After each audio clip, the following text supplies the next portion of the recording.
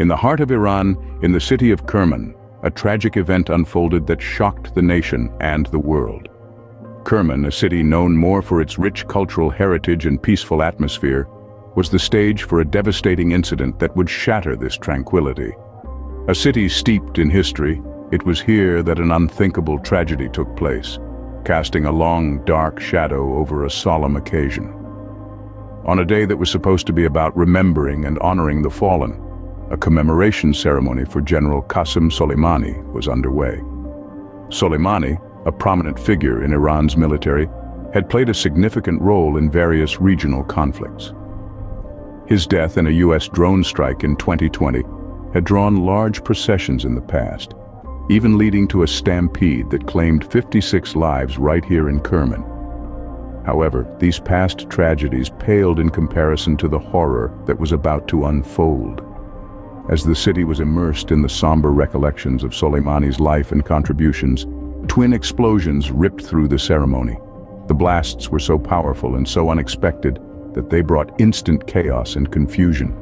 In the immediate aftermath, the toll was staggering. At least 103 people were killed, and a further 141 were injured. These numbers, already horrifying, could only rise as the rescue efforts continued. In the wake of the blasts, the city was left reeling, the nation in shock, and the world watching in horror. The immediate question on everyone's lips was not just about why this had happened, but who was responsible. No group came forward to claim responsibility, leaving a void filled with speculation and fear. In the midst of chaos and uncertainty, a question hung in the air. Who could have done this? As the dust settled, the finger of suspicion pointed towards several potential culprits. This was not the first time Iran had been rocked by such violence, nor was it the first time that the specter of targeted assassinations loomed over the nation. The country's history is marred by a series of similar incidents, a grim reminder of the constant danger lurking in the background. This tale of violence has several key players, each with their own motivations and methods. Israel, for instance, has been known to carry out targeted assassinations in Iran, but mass casualty bombings have never been in their repertoire. The method of the attack, twin explosions timed to maximize carnage, is a tactic often employed by militant groups. Sunni extremist groups too have a history of conducting large-scale attacks in Iran. These groups, driven by ideological differences and regional conflicts, have left their bloody mark on the nation's history. Yet Kerman, the city that bore the brunt of the recent blasts, had remained relatively peaceful, making the attack all the more shocking. Then there are the mass protests that have swept across Iran in recent years. These protests, fueled by discontent and a desire for change, have led to a tense and volatile political climate. The unrest has been so significant that even exile groups, those forced to flee Iran since the 1979 Islamic Revolution, have been implicated in some instances. The political climate leading up to the blasts was fraught with tension and uncertainty. Missiles struck near a U.S. consulate in northern Iraq, believed to be launched from neighboring Iran. This was followed by an Israeli strike near Damascus, Syria, which resulted in the death of 2 members of Iran's Revolutionary Guard. The region was a powder keg, waiting for a spark. Yet the true perpetrators remained hidden in the shadows, their identity a mystery. In the world of terrorism, silence is often a strategy, a tactic to spread fear and uncertainty, but not this time. In the aftermath of the horrific twin blasts that rocked Kerman, the silence was shattered. The Islamic State, a group infamous for its reign of terror, claimed responsibility for the atrocities. The audacity of this act is not an exception, but a part of their long-standing modus operandi. The Islamic State, or ISIS, is not a newcomer to the global stage. Born out of the ashes of the 2003 US-led invasion of Iraq, the group has left a trail of destruction in its wake.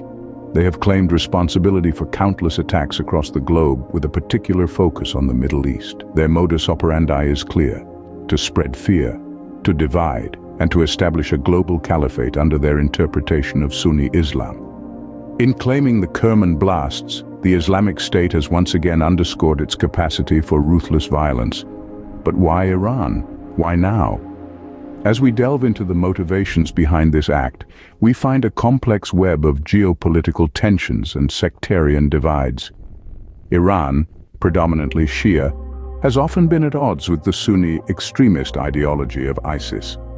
The slain General Soleimani was a thorn in their side, a figure who played a significant role in regional conflicts, often against ISIS.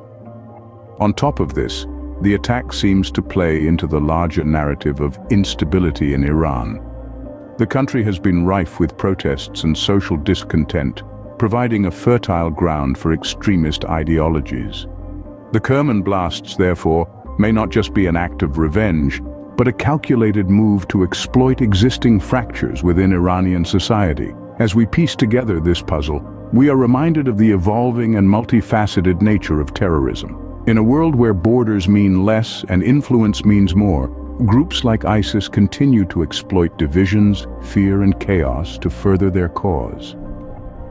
The announcement sent ripples throughout the globe, prompting a renewed focus on the ongoing fight against terrorism.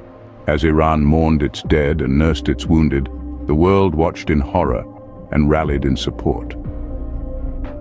In the wake of the twin blasts that claimed over 100 lives, global leaders and international organizations expressed their condolences and condemnation of the attack. From the United Nations to individual countries, the global community voiced their shock and concern. The Secretary General of the United Nations expressed his deepest sympathies to the families of the victims, unequivocally condemning the attacks.